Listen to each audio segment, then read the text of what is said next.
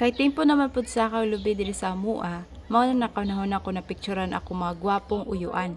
Nanangid ko nila na ako sila picturean kay nindot kayo makita sila na aligre silang gipang buhat. Medyo nangaula pa sila mao nang uban na nagdungo na lang. Pero unsa may angay kaula manggod kung lipay ka sa imong kinabuhi bisan unsa pa na kasimple. Dere ako nag-prepare ako mga armas na gamiton para ma-paint sila. Una sa tanan, mao pa pud ang pagkabalik na kog paint sa medyo dako-dako na canvas, kaya sa mga niagi, puro lang ko kutob sa papel or paint sa sapatos. Mao na medyo excited ko sa unsay mahimong resulta ani. Nagpaint jud ko diri sa mong pantaw para makita nako among kalubinhan since mao man pud ang ekspresyon sa atong painting karon.